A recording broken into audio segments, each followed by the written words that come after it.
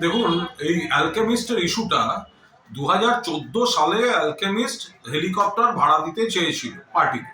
সেই সময় পার্টির national general secretary Mukul Roy, তো সেই সময় এটা ভাড়া নেওয়া হয়, কিন্তু তারপর তার পেমেন্টটা করা হয়নি এবং পরবর্তীকালে সেটা আমরা পার্টি সেভাবে খেয়ালও ছিল না বা জানাও ছিল না যে ওটা কখন কিভাবে কত পেমেন্ট করতে হবে, কাকে পেমেন্ট করতে হবে। পরে যখন ইডি বিষয়টা নেয় এবং ইডি যখন পার্টিকে বলে যে পেমেন্টটা বাকি, তখন পার্টি ইডিকে জানিয়ে দেয় যে তোমরা জানাও কিভাবে পেমেন্ট করবো, অ্যালকেমিস্টকে কিভাবে পেমেন্ট করব, আমরা 48 ঘন্টার মধ্যে পেমেন্ট করে দেবো।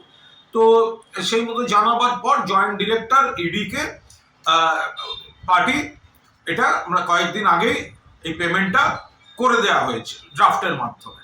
এবার প্রশ্ন হলো, এটা সেই সময় ছিলেন মুকুল রায় এবং পার্টি যখনই জানতে পেরেছে সেটা পেমেন্ট করে দিয়েছে এবং প্রসিড অফ ক্রাইম হিসেবেও এই টাকাটিকে ইডি কিন্তু দেখায়নি। এটা মানে একটা পেন্ডিং বিল ছিল, সেই পেন্ডিং বিলটা পার্টি পে করে দিয়েছে, তো মিটে গেল। ফলে এ নিয়ে কুৎসার কোনো অবকাশ নেই। আমাদের উল্টে প্রশ্ন, অ্যালকেমিস্ট নিয়ে যদি এত তৎপরতা হয়, অ্যালকেমিস্টের ব্র্যান্ড অ্যাম্বাসাডার মিঠুন চক্রবর্তী সে কত টাকা নিয়েছে, তাকে কেন অ্যারেস্ট করা হচ্ছে না?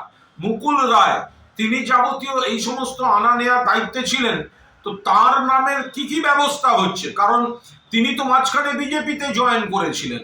ফলে এইগুলো নিয়ে ব্যবস্থা হোক। তৃণমূলের ক্ষেত্রে এটা একটা পুরনো মুকুল রায় জমানার একটা আনপেড বিল ছিল, পেন্ডিং বিল ছিল, যখনই এটি জানিয়েছে সেটা পার্টি পেমেন্ট করে দিয়েছে।